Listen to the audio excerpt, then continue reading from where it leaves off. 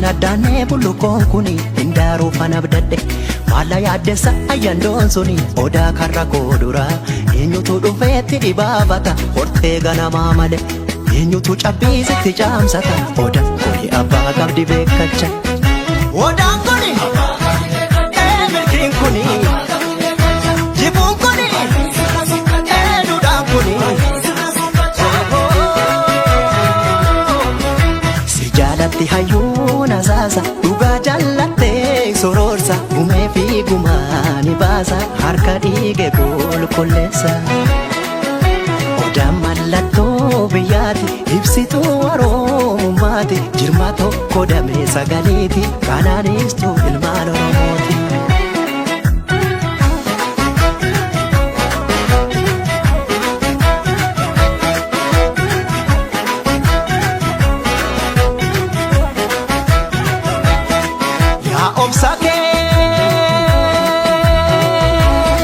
Ittuma difta walaalaan qottoon si mura atola kee oda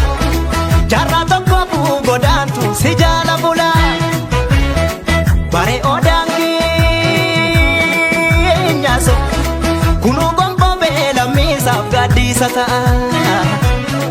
ilma namaa dhiibna mukti rabbiillee jabbii roobuu deessata yoo yandoon si tume yoo hammaate bubbee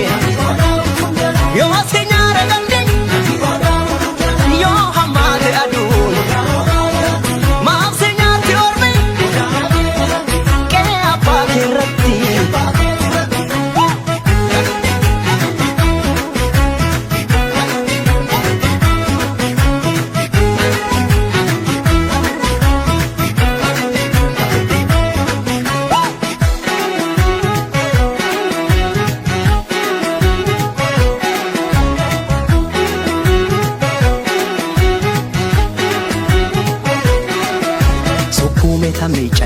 sittin addaatu bullukoon kuni hindaaruu fanabdadhe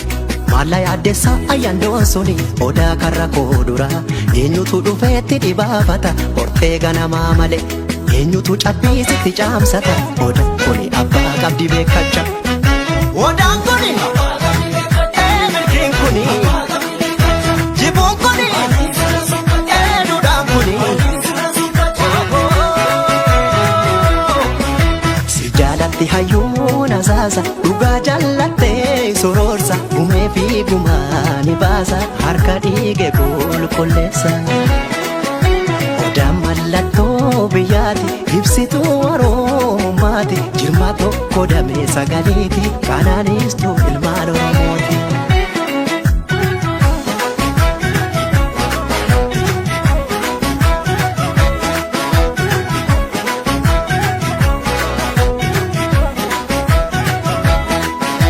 Obsa kee ittuma difta walaalaan qottoon si mura atola kee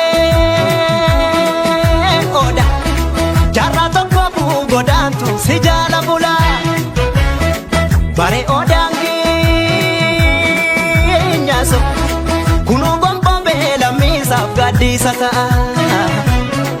ilma namaa mukti rabbiillee jabbii roobuu